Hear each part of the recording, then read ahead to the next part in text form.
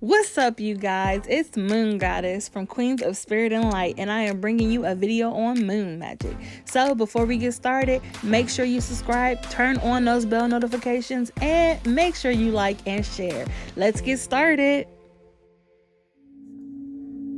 Hello everyone, Moon Goddess here. I want to give you a little info on the triple goddess whom I work with. And being that this is a moon magic video, I should share this with you all. The triple goddess is a symbol of the maiden Diana, the mother Selene, and the crone Hecate/Hecate. Whichever way you pronounce it is fine. I use both ways most times. There are 3 cycles to the moon, and the number 3 stands for wisdom, understanding, knowledge, and manifestation. The number 3 is also the number of the goddess, maiden, mother, and crone, as I just said. The first cycle is the full moon. It's most powerful for doing spells. The second cycle is the new moon. It's not so much a time for magic, but more of a time for reflection. The third cycle is the waxing/waning moon. This is the changes in all forms. There are 8 phases to the moon, but I'll save that for a later time. Let's focus on the 3 cycles. So December 12th is the last full moon of 2019, and it's considered the cold moon, so that means it will be in the sky a little longer. This will be the perfect time to set your intentions for the new year. December 13th is the beginning of the waning moon, which is a good time to clear out old energy from your home or space and welcome all new positive energy. December 26th is the new moon, and it's all about new beginnings and starting fresh so that you are going into the new year fresh and positive.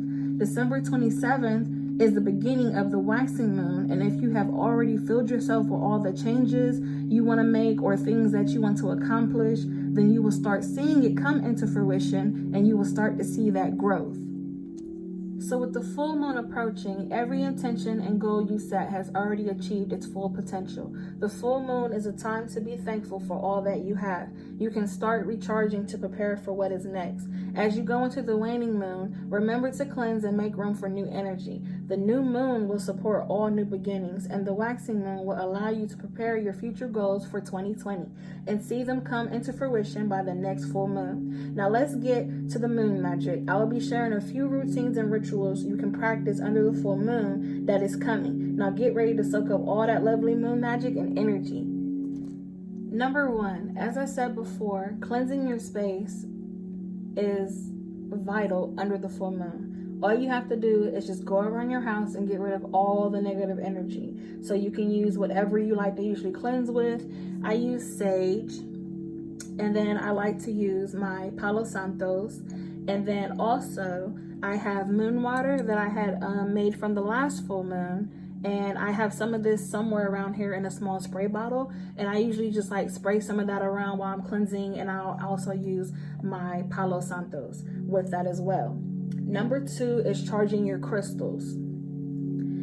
And literally any magic items that you have that you use, you can charge all of those under the full moon. You can charge everything the day before, the day of, and the day after if you like.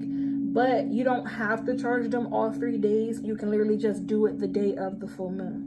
So to charge anything, you literally just sit it outside in the moonlight or in a windowsill that the moonlight shines through. Don't worry if the moon isn't shining directly in front of your home. You can still sit everything outside because all the power of the moon will be literally in the air. So if you don't have the moonlight shining down on your doorstep, sometimes it doesn't for me, I will still sit my crystals outside on like a nice little tray, and then I'll put my moon water next to them that I want to make, and whatever else magical items that I have that I want to charge. So number 3 is my favorite, and that's making, of course, the moon water. You can put any filtered water into a glass jar, like I have this glass mason jar that I had used, or you can put literally a fresh bottle of water outside that you can use, and then you can move it into a glass jar to store it for later use. You can sit it out there for about 2 hours up until the next morning, whatever you prefer. Either way, it's still going to soak up all that moon magic. You can then use your moon water for cleansing your space, as I said earlier. You can use it to clean your crystals, and you can also put a little on your third eye to help boost your abilities during meditation or before you go to bed. You can literally use moon water for a lot of things. We can get into that at another time. And then a quick moon water ritual that you could do is place probably like a glass this size of some water, something that you can just drink really fast. Place a little bit of water out in the moon, and under it you're going to put a quick letter of intentions under it for that moment. And then after about an hour, you're going to go back out, you're going to grab it, you're going to chug that water, and then after you chug that water, you're going to burn that letter of intention and then bury the ashes in the dirt. So after you do the quick little moon water ritual, you do not have to put the letter of intentions into the dirt. You can literally burn it and then throw the ashes away, let them, sweep out into the wind. You could flush them, however you want to get rid of them. I know some people don't like getting their hands dirty. Me personally, I feel like that grounds your intentions, puts it into the earth, and it helps because it's going to sit in that dirt and the moon is still going to go over it for however long, and it's going to soak up all that magic a little bit more. So it's up to you, whichever way you prefer.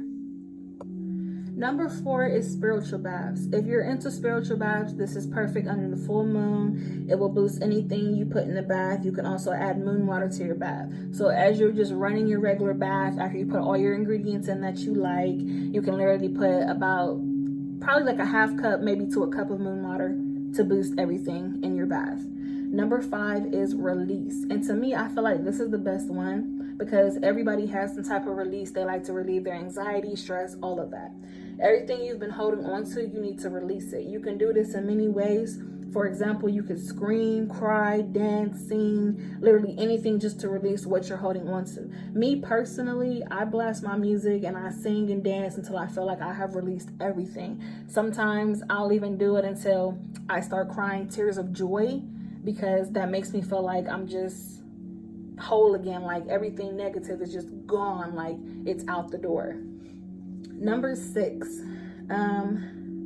this isn't so much as something you have to do because most people don't like doing it themselves, but the full moon is a perfect time to give yourself a tarot reading to release that energy and get that next step towards your goals. You don't have to do it. These are all, just whatever preference that you have.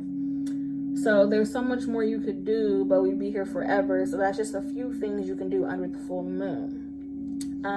Before I end this video, I am going to show you guys my Queen of the Moon Oracle deck, and I am going to pull a quick card just to give you guys a little bit more insight as to what your moon phases are going to bring to you, just a little bit more enlightenment and wisdom hopefully to bring your way. And I'm not going to do a full reading. I'm just literally pulling one card just to give you some insight to move towards your next steps. And hopefully this helps you.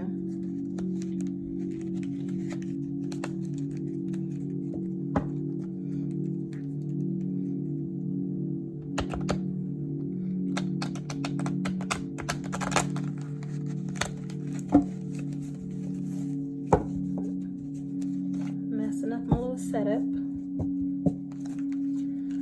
Okay, spirits, I want to just give them a little wisdom towards their next full moon and everything that they're doing. Please bless us with your wisdom. We have peace.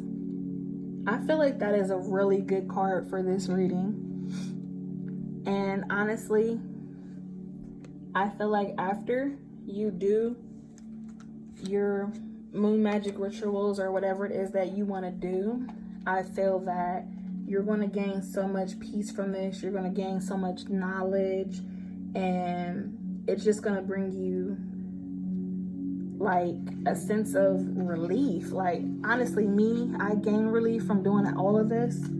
So I hope, it could do that for you. And for this card, it is a wanting crescent.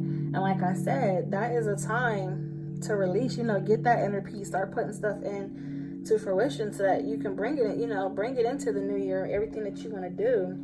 And then this card, you know, as a peace of mind, is one of the greatest gifts we can give ourselves. Refuse the drama and do not freely engage with people who use drama as a weapon. Stop fighting. Allow yourself to rest for a while. When we let what we no longer need go, we make room for peace. So that's getting all that negative energy out, negative people. If you have to, cut them out your life. And hopefully after this new moon, you come into 2020 with everything you've been hoping for. So that is it in terms of the peace card for you guys. And before I go, I want to just let you guys know more about this Queen of the Moon Oracle deck. And first off, I want to say thank you to my sister Oshun, because she had got this deck for me. And like, the images are just beautiful. Like, I love them. It's the perfect deck for grounding yourself with the earth to do a reading. And I cannot wait until the full moon, because I'm going to take my cards outside, get myself grounded. And literally the way to use these is you can spread them out into the grass, and hopefully the grass isn't yucky, because the weather, you know, is getting kind of, you know, cold or whatever outside. So if it's not that bad, I'll go out there with a blanket or something, and I'll literally just lay them out, let the moon talk to me, and whatever cards I pick, I will use that.